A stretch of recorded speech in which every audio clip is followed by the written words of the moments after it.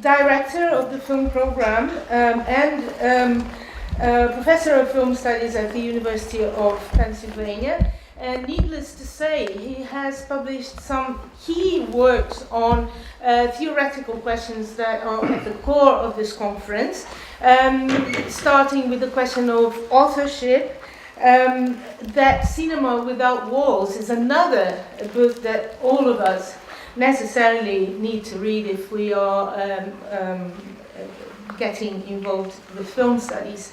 But more crucially, he has written that fantastic work that I have been hearing it cited at all panels that I've attended today, which is called The Essay Film from Montaigne After Macaire.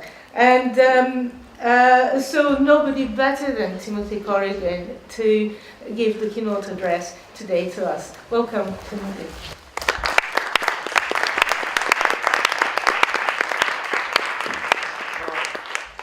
Thank you very much, Lucia.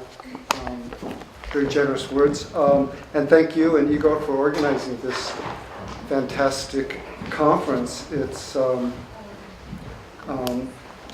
the only problem I'm having with it at all is there's so many interesting things to go to. And one of my positions, which we can argue about, is the way in which the essay really does initiate this kind of unstable, split, multiplied subjectivity in certain sorts of ways.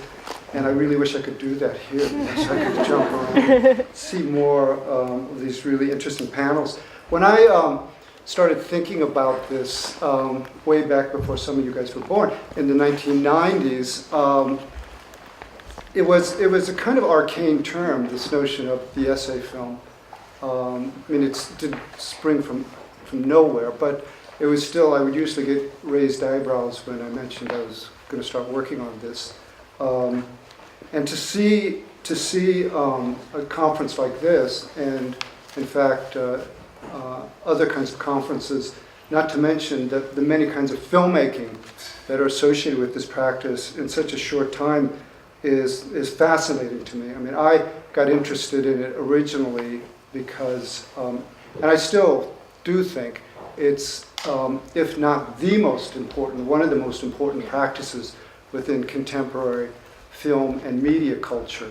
And my interest in this has been exclusively in film culture, and my work has followed this as it's moved from its literary heritage through a brief stop in its heritage with the photo essay.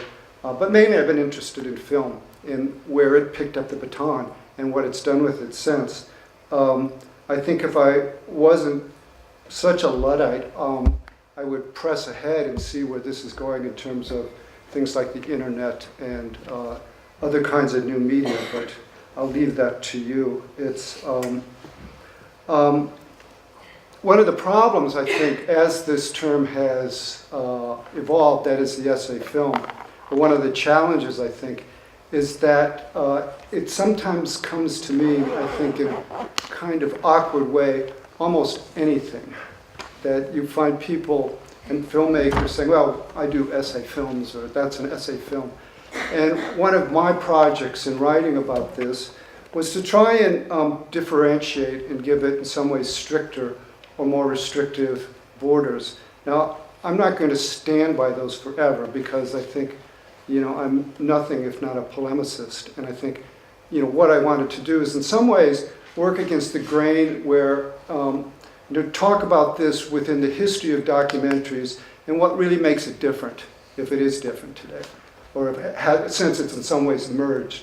And secondly, I think to differentiate it from terms which followed a lot of the films and filmmakers, excuse me, I was interested in, where you would see it referred to as personal documentaries or meta-documentaries and a variety of other terms like that. And these seemed dissatisfying to me because I felt something more specific was going on that may have in some ways originated out of a documentary tradition, but was very much, in many ways, more than just about documentaries. And certainly I wasn't satisfied with the notion of just personal documentaries. It didn't seem to me to do justice to the rigor and complexity of this form when in some ways it's executed in its most essential ways, I think. And I will just say this as a kind of stepping back, is that the kinds of films that I'm interested in, or what I'm interested in terms of the essay film tradition, doesn't describe a lot of films which could fit into this tradition. So, just as I think my definition is somewhat restrictive, and my historical markers get me into many arguments, I have to say, because I take a position which, I say the 40s, you've got your precursors going back to, Man with the Movie Camera and so forth. But for me, the watershed years become the 1940s. And if we want to talk about that, we can. But I do get into friendly and sometimes unfriendly arguments with my colleagues about that marker. And then in terms of my, in some ways, conceptual theoretical arrangement for this, it's not a particularly radical definition or schema, but it situates it in, as many of you have been talking about, a notion of the personal, or what I call a subjective expression, as it engages a public sphere or public domain, which is often with this kind of films, but not always, associated with the everyday in one sense or another. And out of that interaction, in terms of my model, it generates both on-screen and off-screen a particular kind of thinking or thought process, which I think significantly differentiates it as a model for spectatorship within the history of spectatorship. The piece of this which I think in some ways is, for me, most necessary and perhaps most controversial is this notion of a subjective expression of one sort. Because the common use of that term with the essay and the essay film is that it becomes about a personal expression. This is what I think. This is how I see the world. And people like Philip Lopate, who's done some really seminal work on this, takes that kind of stance. I think Laura Roscaroli, whose work I really admire, also sort of takes that kind of stance in suggesting that subjective expression is, in Laura's words, a kind of strong enunciator. My polemical position on this is that subjective position is about not so much projecting oneself, but of undoing oneself. That the process itself becomes a kind of undoing or a remaking of that along the way. So that's my larger scheme, and what I'm going to do now is refine even more, try and become more problematic in terms of how I distinguish terms in terms of the essay, the essayistic, and essayism along the way. Now I'm going to have 3 parts to this, just to warn you as we move forward. I'm going to set it up with some sort of theoretical boundaries, not too long. Then I'm going to launch into a reading of a couple of films through this model, this framework that I'm using. And then I have a coda, really, that really gets me in trouble, which is, turning some of these issues to contemporary media culture and how it may in some ways impact the world we live in. And but that will be short at the end. And a word that you'll hear that's floating around here is value. And I apologize in advance if it crops up in murky ways, because it's something I'm thinking about in bigger terms, so I'm always trying to sneak it in as a way of testing it out. So I'll get to it now. That the essay and the essay film as a particular practice seems to me to be about a singular rhetorical organization, or if you like, genre. But of course the paradox there is the essay and the essay film, following some theoretical thoughts, is fundamentally anti-generic. But it's that coherent singular practice that I associate with that form of representation.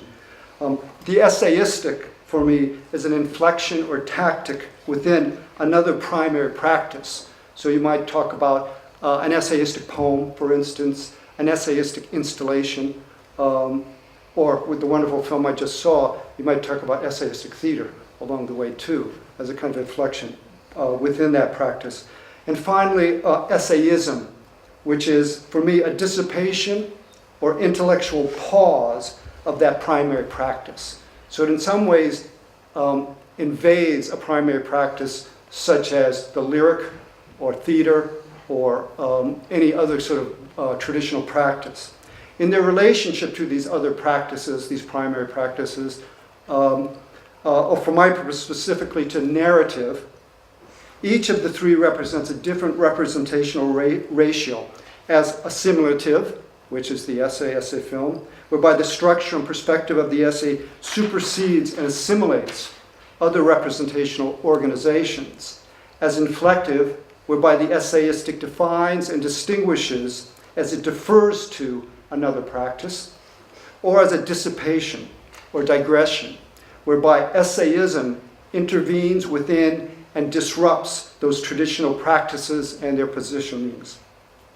My title obviously draws on the third mode and aims to describe and argue a way in which the heritage and distinctions of the essay take a somewhat different form and path from those described more essentially by the essay film. Here I wish to investigate how in significantly different ways essayism puts that thinking of the essayistic and essay films into a play as an intellectual and structural detour within the presiding shape of a contemporary film narrative, as a figurative disruption, like a digression that questions at its heart the experiential mode of film narrative itself. To be more specific and schematic, essayism questions the organizational knowledge of film narrative. One, through the disintegration of narrative agency. Two, through the exploration of the margins of narrative temporality as history.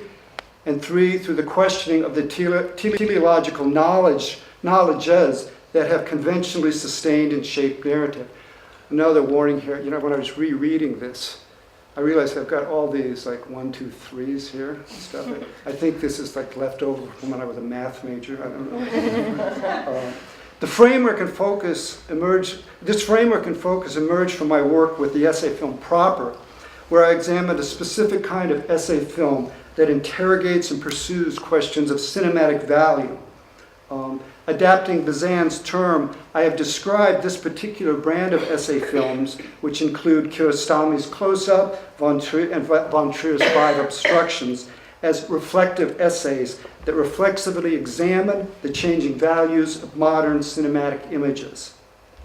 Although films which incorporate essayism are not what I'd call, strictly speaking, essay films, they are, I argue, a version of a film practice whereby essayism inhabits narrative in a way that generates complex reflections on the representational values embedded within their narrative organizations. Now, there's a background for this, and it's a book that some of you may know. It was from the 1990s, a Thomas Harrison study of the novels of Joseph Conrad, Robert Musil, and Luigi Pirandello, titled Essayism. In this investigation, Harrison examines how the very different narratives of these different novelists mobilize essayism as an epistemological reflexivity on the perspectives and structures of the narratives that they enact. According to Harrison, in these cases, and I'm quote without mentioning in quotations, in these cases, not only does the essay give shape to the process preceding narrative conviction and perhaps deferring it forever, more important, it records the hermeneutical situation in which such decisions are made. For this reason, the essay ultimately requires, for Harrison, novelistic form. Obviously, I don't agree with this, which can portray the living conditions in which thought is entangled. Essayism thus initiates, and I'm quoting again, an imminent critique of norms and structures of narrative, whose, quote, hermeneutical suspicions turn inward toward the objectification defining the active subject, the agent of the narrative, showing that the real story to be the story of interpreting the story. Narrative essayism foregrounds a process, and this is a term which I think is really suggestive for many of the talks I've been hearing today and for my ideas about the essay. It shows that the real story to be the interpreting the story, foregrounding a process of derealization.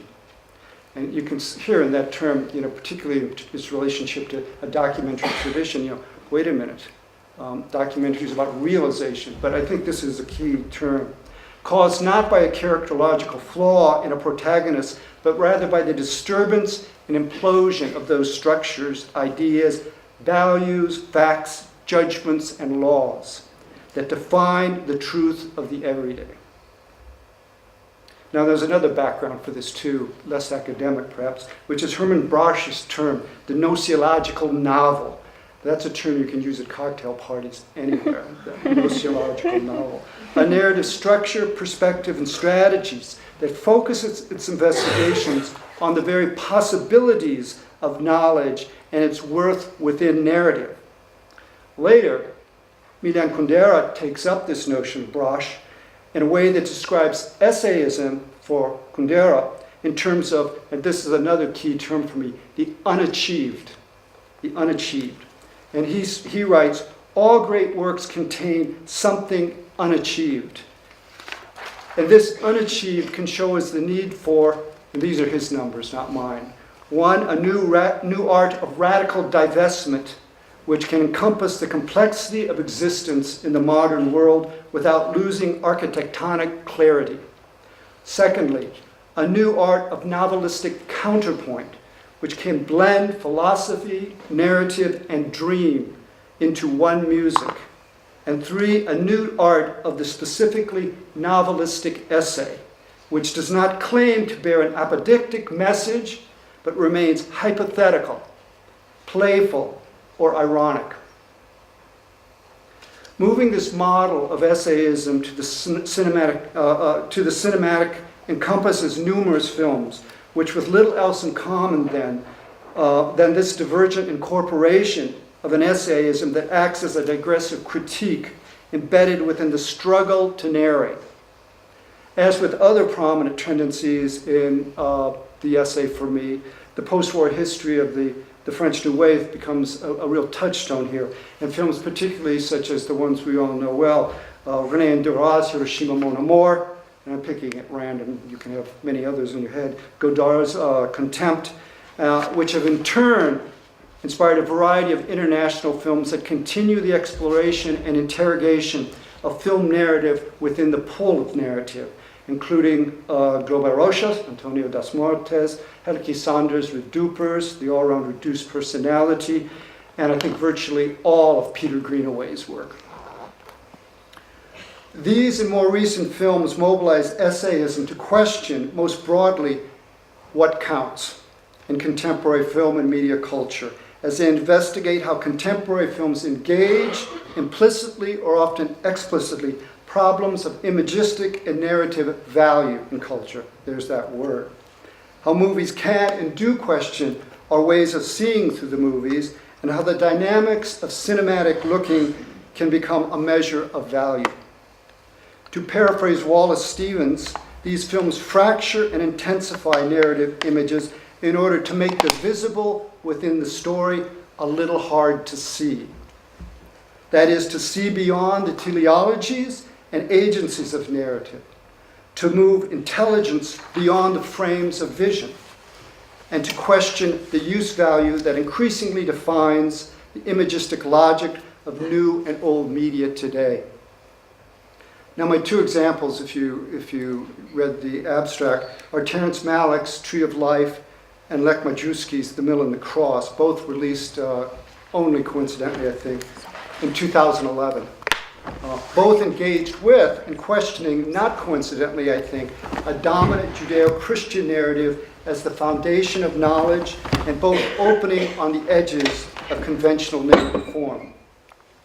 While Malick's film locates essayism as a movement beyond the boundaries of various narrative frames, where a perceptual grace expands, Majewski's film configures its essayism as an arresting of narrative movement that concentrates an intellectual and emotional insight within those frames. As works that integrate essayism into their stories, both films open pressing questions about the implicit value of the narrative and cinematic images they mobilize. Now, an apology here, I don't have any class. Now, part of that, to be honest, is just technology typically fails me when I give talks, and I just wasn't prepared to have that happen. But on the other hand, I'm going to say I intended that because, I have that Wallace Stevens phrase about making the visible within the story difficult to see. So I'm requiring you to listen up and to use your own imaginations here. So first with Malick's film. The Tree of Life is an oblique adaptation. And I'm assuming that many people have seen The Tree of Life. The Majewski, less so. But if you haven't seen it, I hope I inspire you to go out and see it because it's quite extraordinary. But the Malick film is an oblique adaptation of that pivotal epistemological tree that in the biblical book of Genesis, and less centrally the book of Job, as well as a deflected adaptation of Darwin's evolutionary tree in On the Origin of Species. Aimed at significantly redefining the limits of those works as trees of knowledge and evolution, Malick's film explores a narrative history in which knowledge and evolution have less to do with growth and progress and more to do with reflective ruptures of and branchings out of those earlier narrative visions, looking instead through and beyond both those frameworks.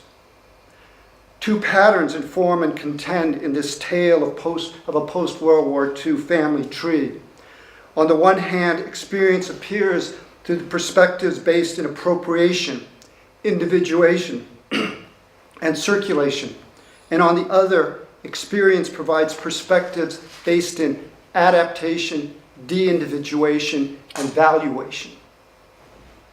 The intersection of these two developmental schemes propels the film's narrative in a way that continually seems to resist its own narrative logic, pulling away from that narrative as what I describe as a looking away, and that's my key metaphor here, a looking away from the subjectivities and progressions that anchor it, and so engaging its world on the essayistic edges of or outside the frames of a conventional narrative. Now, I know a lot of people really hate this film. And I think that, what I've just described there is, I think, whether you hate it or love it, it's really a difficult film to say, well, what's going on here a lot of times.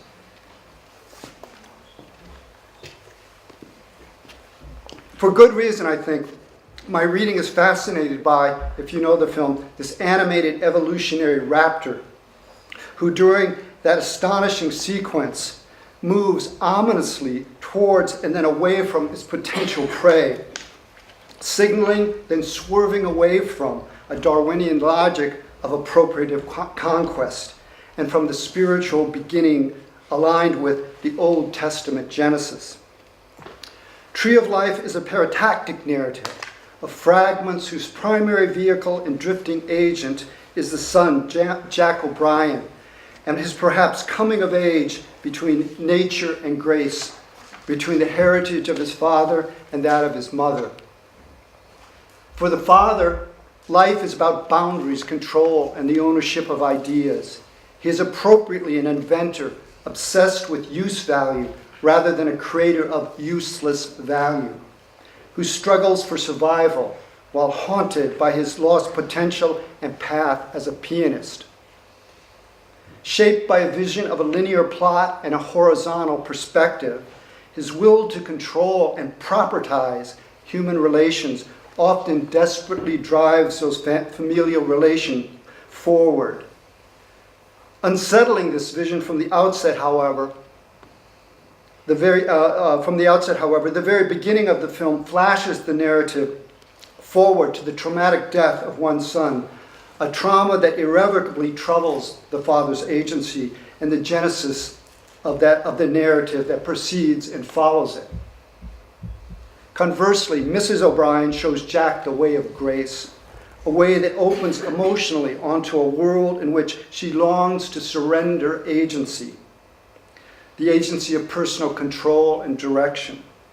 She drifts longingly through events and lives with a perspective that continually looks vertically, as opposed to the father's horizontal perspective, vertically askance into essayistic spaces and skies beyond the frames of her home and the frames of the image. The binary coupling that describes this and other Malick films accordingly include the push and pull between the logic of narrative and the space of essayism, between an anthropomorphic frame and its off-screen space, between continuity edits and unexpected temporal cuts. Within the tension of these two parental perspectives, Jack in his story struggles for coherence, mapped as decentered and fragmented flashbacks that, rather than orchestrating the past, pull the characters and their stories away from, I think, a narrative progression. With these two directions, quote, wrestling inside him, Jack's identity continually drifts and digresses from, rather than evolves through, visions and images of appropriation. He inhabits, in my terms, the spaces of essayism on the fringes of narrative, as he moves in and out of an open and fluid world defined by adaptation, de-individuation, and valuation. The Tree of Life and Jack's Life specifically create a spreading evolution that deflects both expressivity and subjectivity. You know, that's back to that little tripartite scheme of mine about how subjectivity is not in some ways an anchor, but it is in some ways an opening up, a pulling apart. Most sensationally seen in those swirling, undefined images that punctuate the film and its 20-minute sequence of unseeable images in outer space. The characters, and specifically Jack, attempt to shape their own evolutionary autobiography from out of a cosmic bath of images and sounds, the vastness of which repeatedly threatens the discrete shape of individual autobiography itself.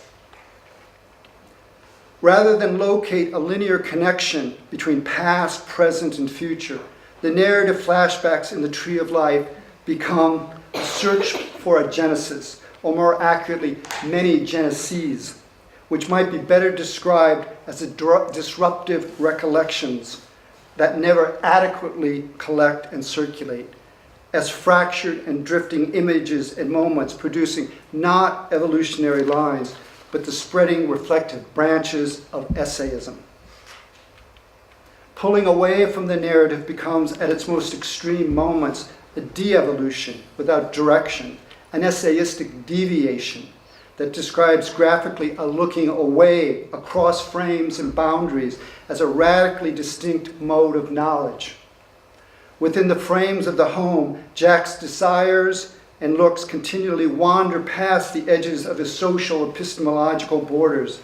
On the fringes of his story are experiential detours into an awkward and uncomfortable encounter with an African American community, a vague and secret exploration of a sexual crush on a young neighbor girl, and a strange and unsettling sighting of criminals or physically disabled figures on the edges of his vision. If the frames of the home in the film offer the possibility of a dwelling in place, those frames are dramatically porous, just as the boundaries of Jack's youthful perspective and the direction of his looks never stay still as they search the air for thought. Indeed, punctuating and infusing much of the film is the luminescence of this other world, eliciting new ways of thinking, created through lighting which Malick has called the magic hour. The hour when the source and centrality of the sun dissipates through and beyond the Earth's horizon and the focus of the frame. And one can see this, I think, in many Malick films well before this. Stylistically, the editing, oblique eyeline perspectives, elliptical cuts, and visual compositions dramatize unlocatable fragments of longing, jouissance, violence, and for me, ultimately, thought. The unassimilable, the undirected, the unexpected, the affective. the essayistic. Even as an adult, Jack the architect, the Sean Penn of the film, creates and explores architectural spaces that are both open and closed within the transparent and reflective surfaces of the soaring skyscrapers. He inhabits and sees through modernist buildings with sharp angles and geometrical framings, spaces and shapes that contrast dramatically not only with the spaces and shapes of his desires and the world of nature that surround him, but also with the strained expression of his meditative and intensified close-ups in this film. Looking away in the Tree of Life means especially a looking away from the haunting humanistic questions about loss and violence, questions whose answers cannot be found within the frameworks of a narrative evolution and expressive individuation, but only in an adaptive inclusiveness that looks according to and accepts multi-directional perspectives beyond the frame. At one point, for instance, a voice questions, and if you know the film and remember, these voices seem to be coming from nowhere, or at least often unassigned. A voice questions, "What was it you showed me?" And the shot then opens up with a crane reverse pull across branches of trees below which boys play. If evolution is about expressive individuation through which a subject acts out the use value of progressive conquest, Malick offers questions only to have them visually and inadequately answered by a verticality that expands and dissipates human play through imagistic branches that point well beyond the frame of that play. As Leo Bersani and Ulysse Dutoit write about questions, their value in the individual, in their essay in Malick's The Thin Red Line, they say, language raises questions which language may be inherently unable to answer. The preponderance of the interrogative mode itself in Malick's films through voiceovers forecloses the possibility of a discursive solution, thus becoming, quote, a reworking of the individual within a new relational ethics. More to my point, and I'm still quoting Bersani and Dutoit, looking is simultaneous with asking. Looking at the world doesn't erase questions about the world, but it does inaccurately replicate those questions as viable relations to the world. I assume many of you were at Walter Salas's film talk last night, and I might be being narcissistic, but there's some of this, including these passages here, were really resonating in what he had to say both about the film and for my money, his films as well.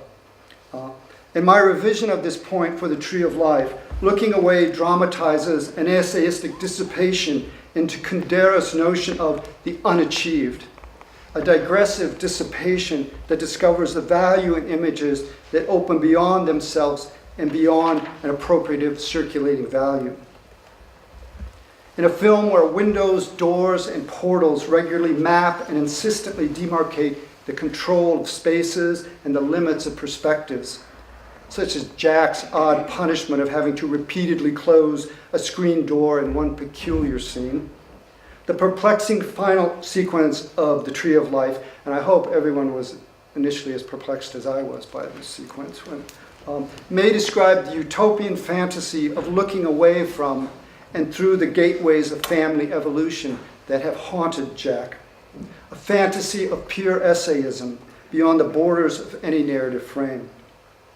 Here, Jack climbs through a fragile illusionary portal, unsupported by walls, into an open landscape where family and friends from life wander and drift through a world seemingly without borders. Here, those essayistic directions and misdirections find, perhaps, some sort of redemption only by exceeding the portal of the frame and adapting that paratactic community that could never be contained in it or in any evolutionary narrative. This is a world that for Jack and for us has been and still is very hard to see. except perhaps by rejecting the exhaustion of appropriative looking and by adapting instead the wonder of not seeing. Now I'm changing directions radically here, and I'm not suggesting necessarily that there's any relationship between the Majewski film and this film as well. But I want to talk about the Majewski film now in the context that I set up in terms of essayism. Making the visible difficult to see as an epistemological provocation moves in a very different direction in Majewski's The Middle and the Cross, where the grand narrative that essayism disrupts and interrogates is nothing less than the story of Christ's crucifixion, a narrative Majewski encounters as an embedded image within Bruegel's 1564 painting, The Way to Calvary. Famously substituting Spanish Inquisition soldiers for the Roman centurions, Bruegel's painting depicts that grand narrative amidst an excess of daily events and figures that surround and immerse the almost invisible crucifixion somewhere at the center of this painting, which the film then drifts through, investigates, and reflects on as both an interrogation and meditation. As a counterpoint to Malick's integration of essayism as a movement outside the frames of vision, Majewski's film instead concentrates that vision as a difficult insight. And so if you want two buzzwords across my two readings, it's looking away and now insight itself, within extraordinary narrative complexity of the frame itself, an insight that works to overcome the distractions of the incidental permeating the narrative. In collaboration with Michael Gibson's book-length essay about Bruegel's painting, the film brings the painting to digital life, and it's really quite a remarkable digitalized film, by dramatizing and reframing the excess of incidents spread across the painting as a cinematic movement, achieved by replicating Bruegel's scene as a backdrop, his painting as a backdrop, and digitally filming the actors before it. As the soldiers of the Spanish Inquisition appear and disappear across the Flemish landscape in the film, daily life awakens with children playing, merchants selling wares, and a myriad of other figures and events that surround various brutal executions, with the crucifixion of Christ becoming the focus of the film only at its midpoint. Overseeing all these events, distractions, and brutalities is the mill and the miller, described as the great miller in heaven, whose grinding machinery perches above Bruegel's world and propels the narrative of the painting as movement. Essayism emerges on the digressive and unstable margins of that narrative. Bringing Bruegel's painting to cinematic life, the narrative of the film destabilizes narrative temporality itself, slipping anachronistically between past, present, and future, shifting between the crucifixion of Christ, Bruegel's adaptation of it within the 16th century persecutions in Flanders, and the present and future impact the painting displayed on the walls of a Vienna museum. These shifts and slippages in turn unsettle and disperse narrative agency in the film as they merge and expand different figures across the identification of multiple everyman and women, including Christ, to create a kaleidoscopic of narrative agents. At the center of the kaleidoscope, Bruegel himself enters the frame to contemplate the world he labors to represent as the primary but troubled creator of the story. As an essayist in dialogue with his interlocutor and art patron, Bruegel explains and comments on how to make and understand its imagistic stories, noting that the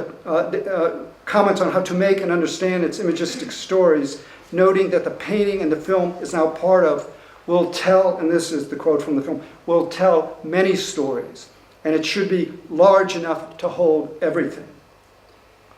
He will accordingly, quote, work like a spider, the figure of a dispersive essayist entangling the Christ event at the center of his imagistic web as it explores and tests the pathways of the world that surround and contain it.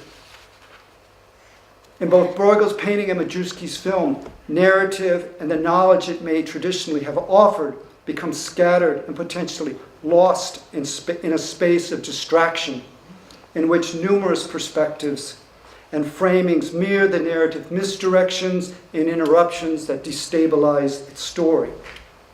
The film specifically recreates the 7 or maybe 8 perspectives in the painting to redirect the linearity of any narrative path, just as the painting refuses the perspectival coherence of a quattrocentral point of view. As a variation on Malovich's painterly effect, the digital layering here through the film creates internal frames through the many doorways, windows, and passageways as distinctive planes of interaction, across which it becomes difficult to maintain a focus on an action or figure or to coordinate an interpretation within the larger frame. Within the different frames and planes of these moving distractions and conflicting perspectives, the film seeks, most importantly, I think, to pressure the difficulty of seeing within its narrative spaces and to inject the strained act of conceptual essayism into the tragic and brutal activity of the narrative, so as to generate thought as a literal insight.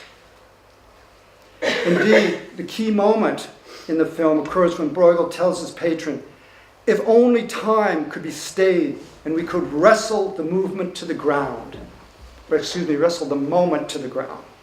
That moment occurs precisely when Bruegel signals the miller to suddenly stop the movement of the mill, which in turn arrests the movement of a narrative immersed in a web of distractions. This is the moment that Bruegel would paint and that Majewski narrates as a multi-layered tableau vivant. This is the crystallized and concentrated moment for me of essayism that arrests narrative mobility and the temporality of distraction in order to create within the frame a moment of thought as insight. In a flash of insight, with the stoppage of the mill, the distractions of our worldly narratives become supplanted by a vision and idea of human compassion within the web of human suffering. If Walter Benjamin famously championed in the 1930s the new art of film for its potential to open its frame to the productive experience of a public distraction, The Mill and the Cross redirects the viewer to the complex insights that could be and should be pursued within the frame of an essayistic concentration. This is, as Majewski claims, no traditional narrative, but rather a contemplative and philosophical project. If conventional narrative knowledge promises a signifying organization of time and space through the coherence of the agency that constructs it, here the instability of the knowledge demands new ways of knowing the world and our experience of it, new forms of concentration and insight found through the complex dialogic of the essayistic. Majewski reframes that narrative perspective within a digital landscape that insists on the imperative to see within it, arresting and refocusing the narrative as an essayistic insight. Whereas in Malick's film, the digital becomes, to put it simply, a way to represent the unseeable and unrepresentable beyond the frame of a narrative. In The Mill and the Cross, Majewski concentrates vision within the narrative to force or elicit thought and reflection as a conceptual and emotional pause. In the conclusion, The Mill and the Cross shifts and pans out from the painting The Way to Calvary as it hangs in the Vienna Museum. The film then pauses to concentrate on the image, and this is in a contemporary world, the image as the vortex of a narrative that draws the minds and eyes of a myriad of modern viewers, now perhaps drawn to the hard task of witnessing the essence of its thought.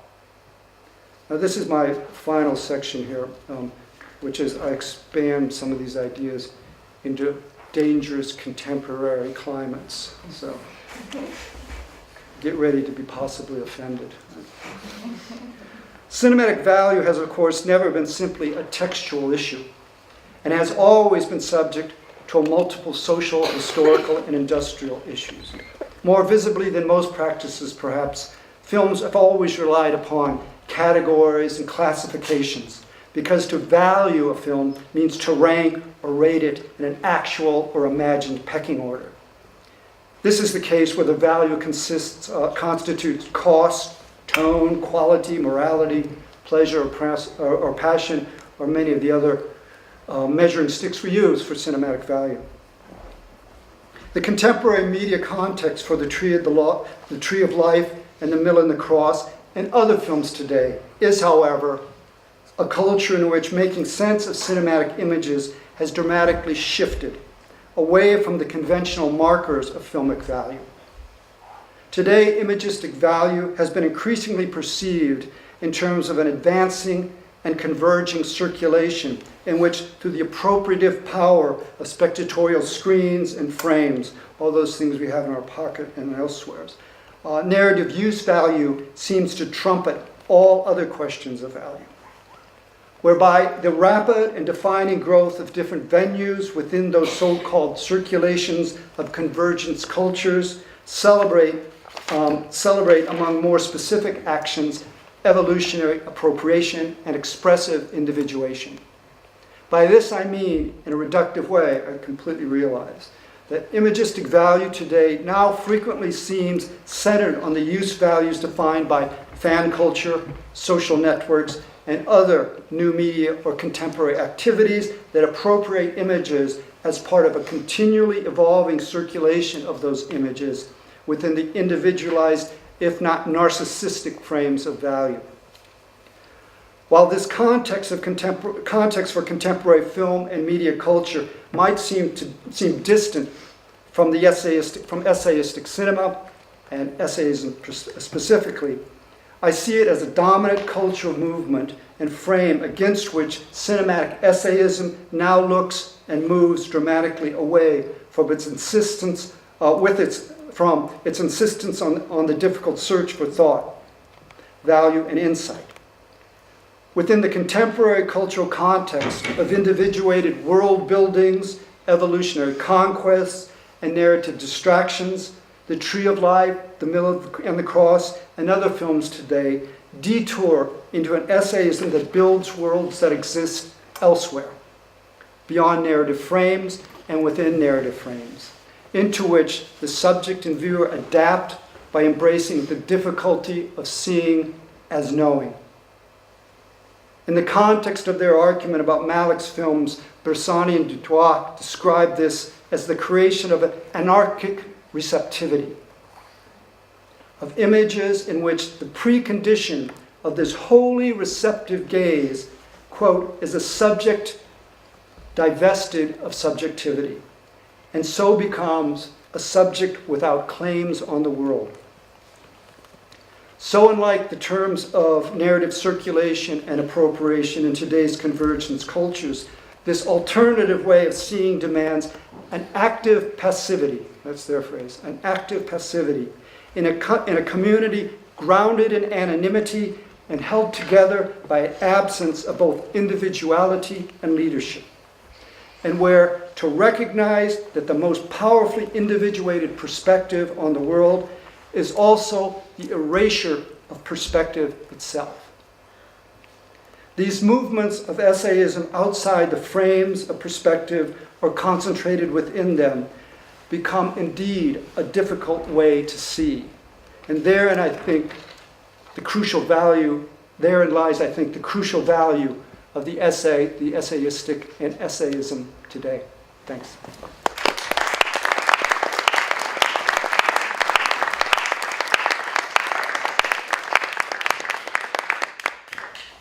And I believe we have time for questions. Oh, yeah, absolutely. Yeah, extremely inspiring talk. I'm not so sure it's as provocative as you have. Oh, good. As you have announced. I was just thinking about your proposition of looking away and looking into, thinking about the position of an author that deconstructs herself, a subjectivity that has no claims on the world, that talks about a world elsewhere, because it didn't provide us with any imagery and asked us to resort to our own power of imagination. Right. I was then thinking about the film of yesterday that you also quoted, where I can identify some of these features, but probably not all of them. Could you? Sure. I mean, I will say. No, that's fine. Okay. I mean, I will say that there's this use of the Malick film and the Majewski film, and sort of following my particular argument in terms of this notion of looking away and insight.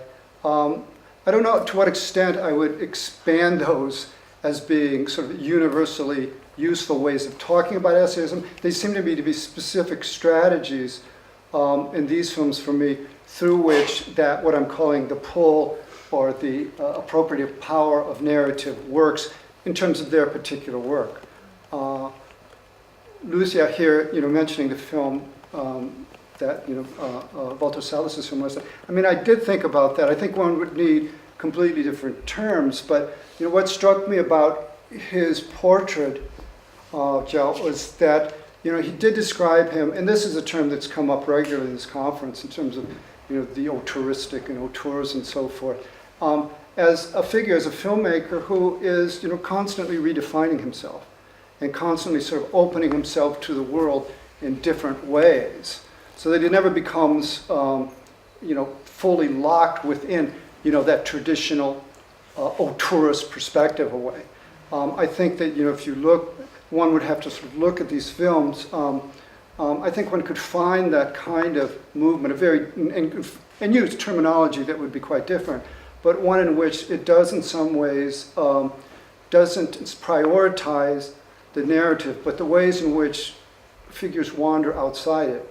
And in terms of his own careers, an auteur which continually in some ways wanders outside of his own previous narrative structures and so forth. And I was struck with what he had to say about how, that in just early films, he really in some ways valorized the notion of it's not about us, but about the individual, as a kind of movement away from a grand Marxist narrative of some sort.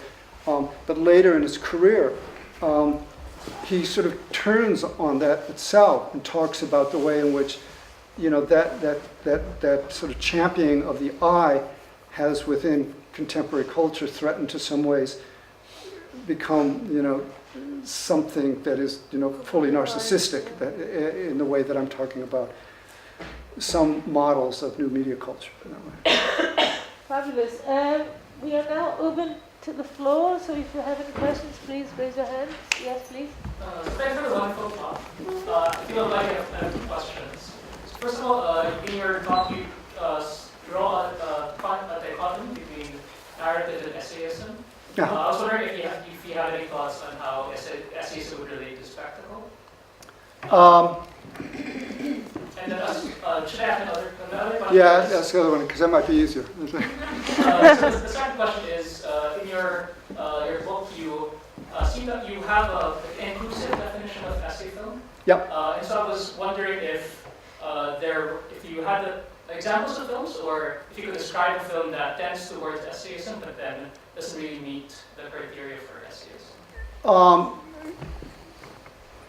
Well, let me try the first one first, which is the way in which spectacle, in some ways, might be a framework, or at least a ground on which that kind of activity of what I'm calling essayism works out.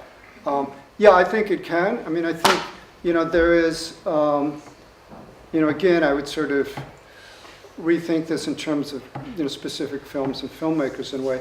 And the way I would distinguish it is there's a way in which I think that, in your kind of typical Hollywood blockbuster, spectacle becomes in some ways something that's incorporated as a kind of the central point in the narrative. It becomes, very much about the kind of climactic moment in the narrative, or the kind of turning point within a narrative, or these moments of spectacle of one sort or another, and often associated with special effects in a way.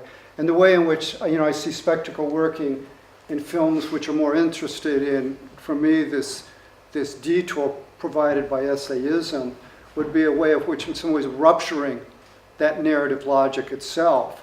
And to a certain extent, I think it's, one finds it, in the Malick film, if you look at those films as they, in some ways absolutely unexpected and illogical ways, they create a spectacular scene that, as you watch it, doesn't seem to in some ways fit with the sort of narrative logic that would normally incorporate it as a key moment in that way. Now the second question was about the ways in which certain narrative films, according to my restrictive definition of essayism, might sort of gesture in that direction but fall flat in that way. Yeah, I don't know. I'd have to think about that. I'm sure there are many in that way. Although, to tell you the truth, I'm even if they fall flat, I'd have to think about which ones would come to mind immediately. I think that that kind of movement, whether it's entirely successful or not, makes these films interesting for me. That they, in some ways are trying to introduce, some kind of detour, and ones that I associated with thought, one sort or another, within the kind of pressure of a story, a star, an agent. Thank you. More questions? Well, to the next question. Yeah? Yeah, Zero? I just had a question about your early comments about the nature of the authorial deconstructing, or the subjectivity, the reflexivity of the filmmaker, intentionally or otherwise, going through some kind of transformative process or deconstructive process in their essayistic mode. You mentioned the 5 obstructions. Yeah. Which made me think of if that does fit within that broad scheme, and yet they're obviously the filmmaker who's intentionally deconstructing another. That's being deconstructed in that way. You just talk a little bit about. Yeah, I think what I mentioned, the 5 obstructions, and I can't remember what the other one I mentioned. Yeah, the close-up in that way is that I don't in both those cases, at least in my reading of them, I read them pretty much straight up as essay films in that way, because it's a question of the narrative in some ways becomes the subject of the film rather than the subjects of the film becoming part of the narrative. But in both those films, my reading of it is that particularly the von Trier film seems to me to be almost an explicit and typically confrontational attempt to sort of undo in a fairly masochistic way, the auteur left of the film. And in the process, and this is where I find that film interesting too, I think in the process, you see even, the enormous ego of von Trier itself becoming in some ways pressurized to deassemble itself in that way. And in a somewhat different and perhaps even more complex way, I think the Kiarostami film plays with that notion too of, and again fairly explicitly about, what do we do with an auteur? And, an auteur who from the beginning is a complete fake, and what does that mean? And I think it's a really interesting film about how, in investigating the fake auteur, that film generates a pretty complex thought on, auteurism itself, and including Kiarostami's own, and Maklabov and everyone associated with that film too.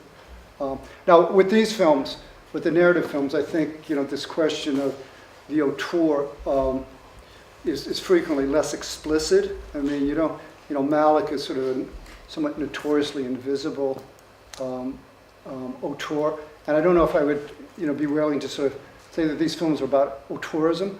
I think they're about authority, and they're about authorial agencies in different ways. And I think that those become, one can think about those in some ways as paralleling or metaphoric for that bigger issue of auteurism in that way.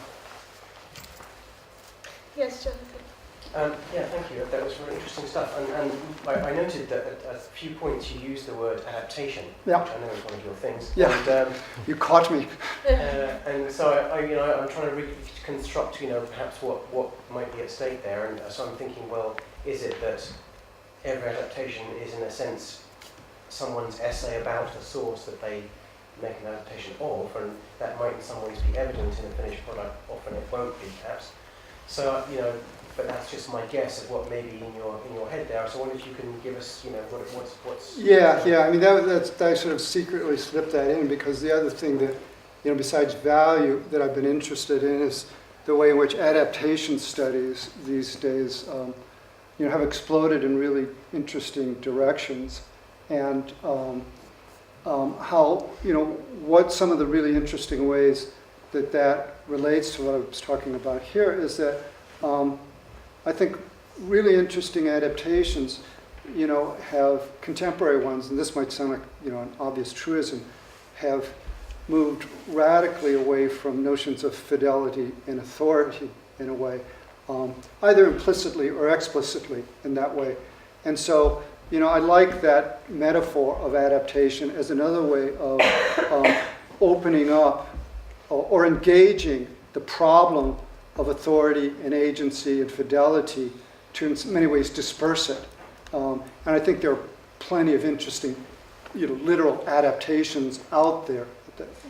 The term that I like as a kind of metaphor for this kind of adaptation as it relates to these other things I'm talking about here is the Bazantern refraction, where he's talking about it not as a kind of imitation of a reflection, but as a kind of refraction of a source into multiple directions in that way.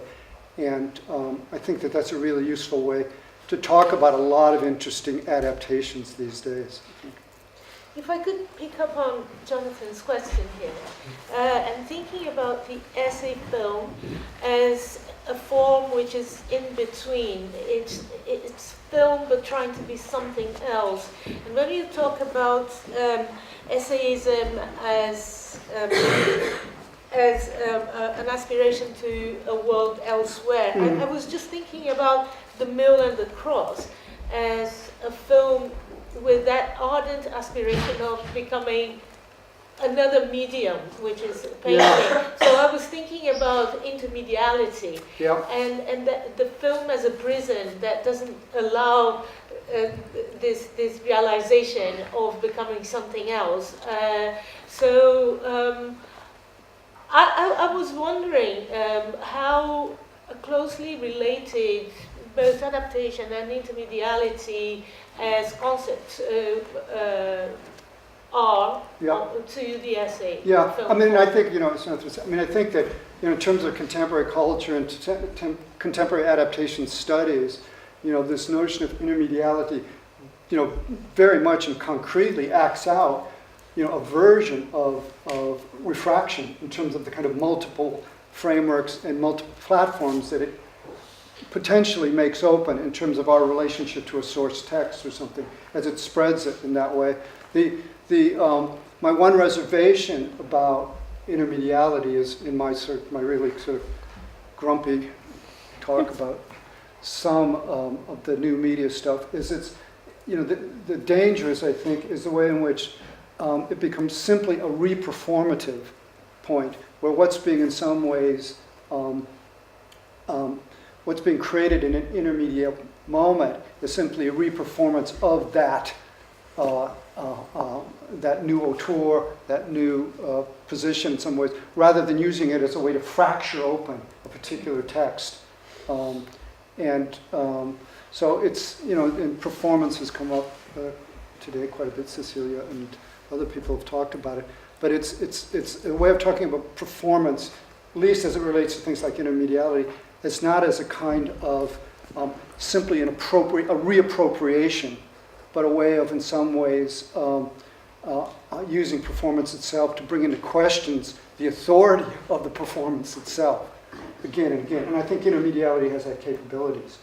And that's, frankly, I gestured towards this before. And,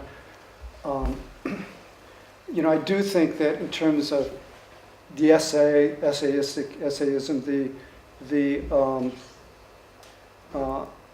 there's so much that's going on that relates to intermediality these days and to different platforms.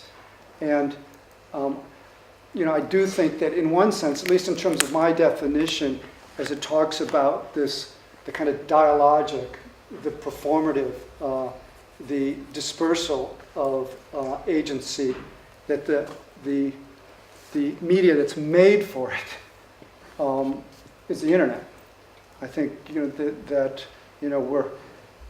I fortunately or unfortunately I'm completely not at home with the internet at all. I can check my email and things like that. But it seems to me that structurally, in other ways, given its public performative position, is that we're waiting for, and maybe it's already happened and I just haven't seen it yet. We're waiting for the Montaigne of the internet to show up, and maybe it's something more. My friend on Facebook, so maybe. Can I, if you don't mind, just to follow up, because it came up in a panel that I was in before, and our friend Adam over here made this point, which was really to say that it sounds like what you're talking about then is that you're trying to, well, how can I put this? You're trying to save or continue a kind of heritage of modernism, really, in terms of the clashing of mediums and that kind of seriousness, which is not the same as play. Yeah, I think so. I mean, at least a version of modernism itself, as it sort of evolves into some version of postmodernism, if people believe in that, I think, yeah. Because, I don't want to sound like I think that, Chris Marker is Montaigne reborn. But I do think there's a lot of lessons about, what's specific about, what Montaigne is doing at the very beginning of the modern era, that in some ways has moved through what's distinctive about these more contemporary forms and so forth. Yeah. Yes. Yes.